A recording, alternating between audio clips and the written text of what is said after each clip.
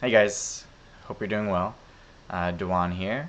As you can tell, it's a little chilly in Washington, D.C. Wearing a sweater today, and I know outside is going to be really cold for this California boy.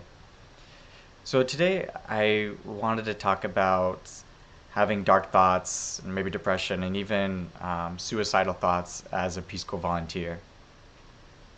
Just as a disclaimer, I'm not a therapist or some kind of expert giving professional opinions in this video at all.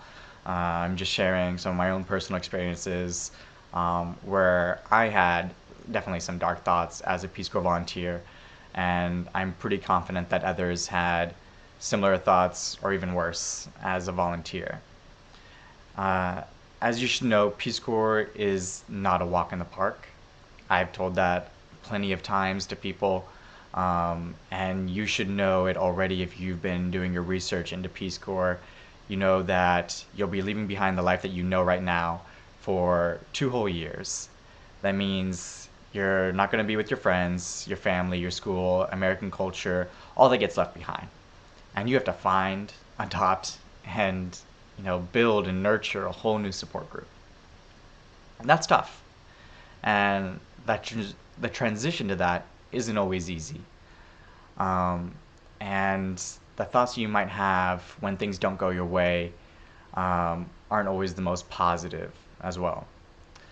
Luckily, Peace Corps typically offers a really great support group. You have these other volunteers who are going through this very similar experiences as you are. You have administrators who have been working in international development for years, and they know what it's like to feel isolated. And not only that, but your village neighbors, they know the sacrifice that you're making, and they appreciate you. And the support network should be able to push you through your 2 years successfully. But it doesn't mean that everything's all rosy. Despite what you might find, Peace Corps volunteers and people who've gone through their service are having like workshops and listening sessions. They like to talk about the positive moments. They like to write the stories about the good days. They like to put pictures up about where they're smiling. And you would think from looking at some of these catalogs or going to one of these sessions that everything is beautiful and great. But if you're a human being, then you know that's not the case. People don't like to share their bad days or how those bad days can affect them during their service or even for years after. And even for the ones that don't have bad days and seem to be constantly smiling, depression can still strike, and it could leave other people unaware when that depression kind of transforms into actions, I suppose, that affect other people and themselves included. For myself personally, I would say I was never really depressed in any sort of clinical sense during my Peace Corps service. But there were a few times where I really, really had dark thoughts, and if someone were to just take a snapshot of that day, they would think that, wow, maybe it was time to go home, and you shouldn't have been a Peace Corps volunteer the next day after that, just for safety reasons, I suppose. This goes back to, I think I told you guys in my first video that I was sick a lot my first year. I was sick a ton. I wasn't eating well. I couldn't speak French. My students weren't the best. I wasn't finding, much success. The other volunteers and my bosses would say things like, "Oh, it'll get better," but it's if you're constantly having a bad day, you start not believing in them. And I think that's what's important is that, again, it's not what is actually true, but what you believe is going to be true. The first time I got really sick was during my first year when things weren't going so well. And it was a day where my landlord was throwing a huge party at my house. He would always do this without my permission, without even telling me. This was completely against the rules, by the way. That's why I actually changed my houses later. But he would have hundreds of people, it seems like, just show up at my house, and they would throw like these parties for wedding ceremonies or some sort of get together. And Of course, like I was invited to attend. It was my house, and I could eat with them. But again, it's something that was beyond my control. On days when I just wanted to have a little space to myself, I wanted to have a little control over what was happening to me. I didn't have anything at the school. I just wanted to be able to cook and have a nice, relaxing day. So that day was already a little bit annoying. I did manage to eat some meat that day, and I think that was the only uptick to it. And then I said to myself, like I'm feeling tired. I've had a long week, um, and I'm just gonna try to go to my room, work on some homework, and maybe sleep through it. A storm ended up coming and blew away all the guests. Nobody could actually stay. It was a lot of lightning, a lot of rain. If I had been at the bottom of a valley, it would have been flooding. Just to give you an idea of how big of a storm it was. And I managed to fall asleep. I woke up in the middle of the night thinking at first it was just lightning that had woken me up. But really, I was in a lot of pain. And by a lot of pain, I mean like on a scale of 1 to 10, 11. My stomach was just really, really strangled up, and I feel down, and it had actually expanded. Like my stomach was bulging out. It was some sort of gastro infection, probably amoebas. I couldn't sit up straight, so I had to like roll out of bed. I tried to go to the bathroom to like force myself to throw up. Nothing would happen. It was just constant pain. I curled up on my couch as well as I could. I tried to call my doctor, the PCMO, just several times. Nothing went through. The storm had knocked out all of my reception. I couldn't text at all. Couldn't call. Nothing. Just nothing. Um, and I felt super, super helpless in that moment. Again, everything had been out of my control that day, annoyed, and then just helpless and in so much pain. Like I'd never felt pain like that, and it just seemed to be getting worse. My personal journal was on the table next to the couch, and I thought about, I should really document this. I was writing my journal pretty regularly as like, try and figure out like just try and capture the pain that I'm feeling. And as a joke to myself at that time, I was like, wow, I was like, maybe I should just write my last words because this might be it. It certainly feels like it. And in that moment, the joke transformed into some really dark thoughts. Like, would it really be a bad thing if I died there? And I was thinking, like, if I did, people could say, like, I at least died while doing something that I wanted to do. My journal would be proof that I tried to make an impact halfway across the world in some small village, and that I had been working really hard each and every day to improve my teaching, my French, and that the sickness was really the last thing. It was like something beyond my control. Nobody could blame me, for dying that way.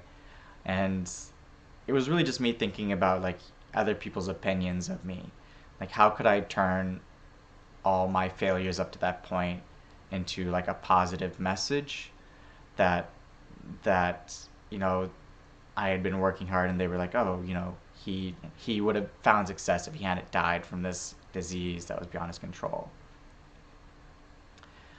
Um, those were dark thoughts, and and in that time I wasn't thinking straight. Luckily for me, while I was looking for a pen, I found that I could actually relieve some of the pressure inside me. Um, I was finally able to get everything out of me, and slept half in the bathroom, half in like my living room, just on the floor, for the cool tiles. Um, the next day, I was still sick, and my entire stomach area. Imagine imagine the hardest ab workout you ever have, and then imagine you also get into a fight after it where you get kicked and punched, and that's what my stomach looked like. It was bruised, like just a different color, bruised. Um, I I struggled to get to the doctor, and he gave me a ton of medicine, and a few days later I was able to completely recover. Um, and I always remember those thoughts because they weren't alone. Those dark thoughts that I had, where it's like, what could be people's opinions of me? Um, I had similar thoughts another time where I was looking for a waterfall, and I was with an acquaintance, a friend, and we're just going up this path, and he's like, "Oh, get away from that bush. There's a green mamba." And then I look, and it's like, "Whoa!" Like from here to the like a few feet away, there was a green mamba just curled up in the tree. And if a green mamba, if it bites you, you're not going to make it. I didn't really move away too quickly, and I didn't move towards it. I was kind of stunned in there. But right away I was like, well, if you get bit by a green mamba while looking for a waterfall in the middle of West Africa, isn't that kind of a cool way to die? And that's not a healthy thought. It's it's not a thought people should be having. Like a cool way to die is is a sign that someone's not thinking the right way. Um, I moved away from the snake eventually and made it to a really awesome waterfall. That I think is a much cooler memory in my experience than, not making it out of that pathway at all.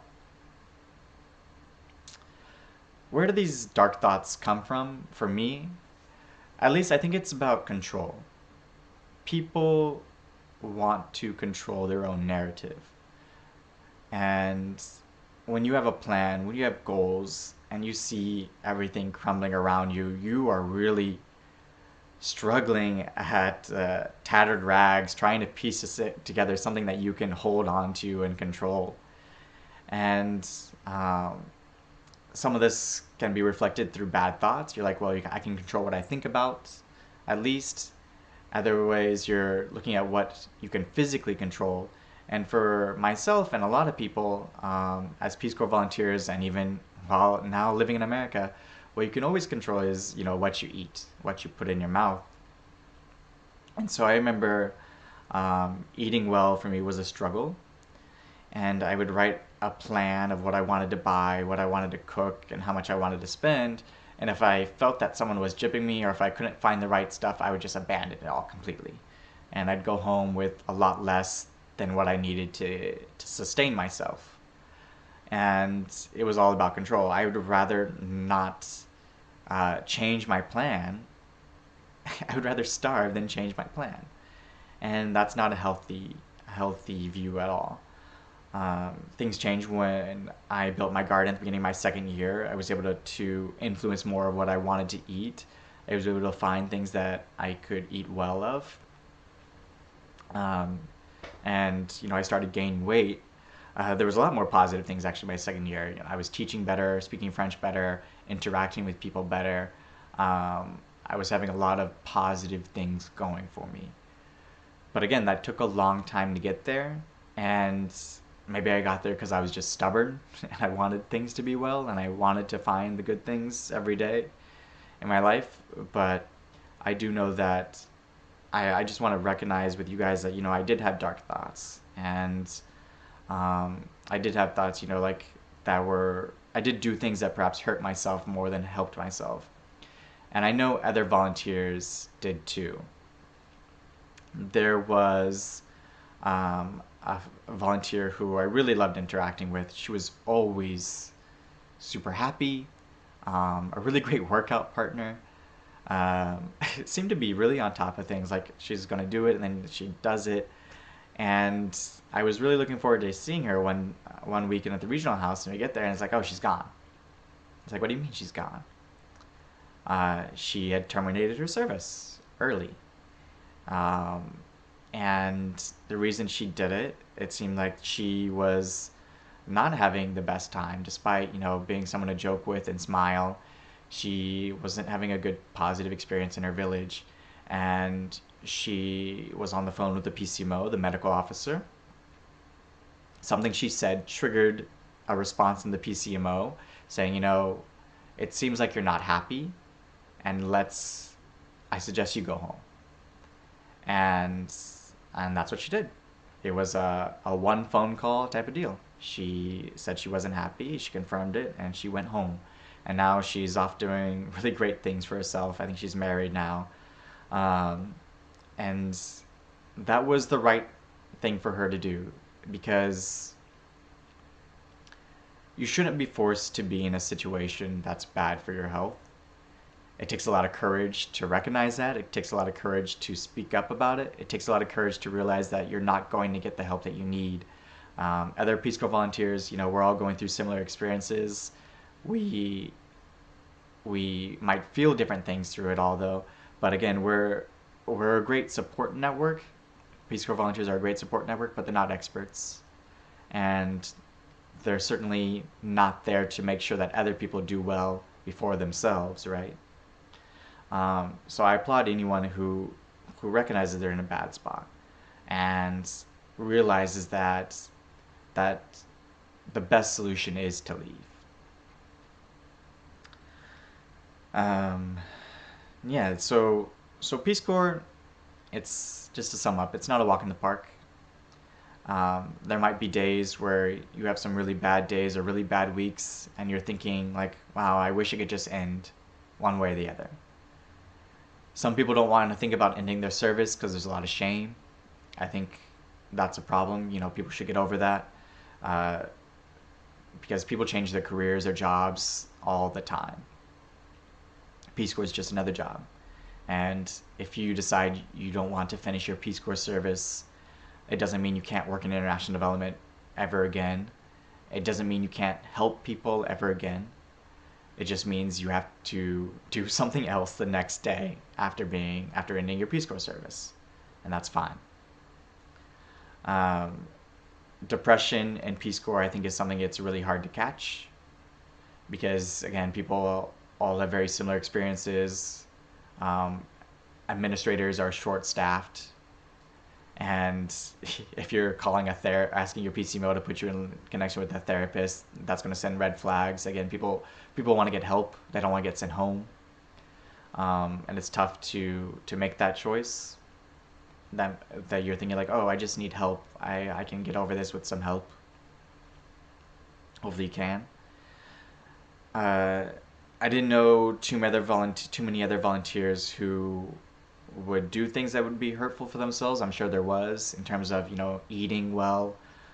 Even if there's food available, they might not want to eat just to avoid interacting with people. Hurting themselves, I don't know. Suicidal thoughts. I didn't know any volunteer who had those thoughts. I didn't have any direct thoughts of that. I mean, certainly if I had stopped eating, I wouldn't have made it, and I guess somebody could have said it would have been a form of suicide, if you want to make that stretch. I do know Peace Corps has very few suicides throughout its history. I think there was only one in a 20-year period. So I guess what I'm trying to say is that things, though, can happen. You can feel a certain way. You should recognize that you have a support group that can help you and act as a form of therapy. But again, there aren't too many professionals. And that I deeply recommend that if you do feel like you're in a bad place, let people know you're in a bad place right away. See what the solutions are, and make the choice that's really the best for your health. Not the choice that you think is going to, guarantee your Peace Corps service, or guarantee that people think like, oh, he quit or she quit, and it's like, well, no, who cares, right? No one talks about that. You got to make the choice that's best for your health and do what's right for you. All right? If anybody wants to share like their own experiences, with depression or bad thoughts as a Peace Corps member, like certainly let me know. I'll put a link in. I'm sure these are experiences people want to know, because they add to the whole thing. My Peace Corps experience was happy. I'm talking about it, and I still have friends that I talk to and who enjoyed their service, and tons of people enjoyed their service. But yeah, it's not all rosy, but neither is life. All right. Hope you guys have a good one. And if I don't chat with you before Thanksgiving, have a great Thanksgiving. Eat some good food. Bye.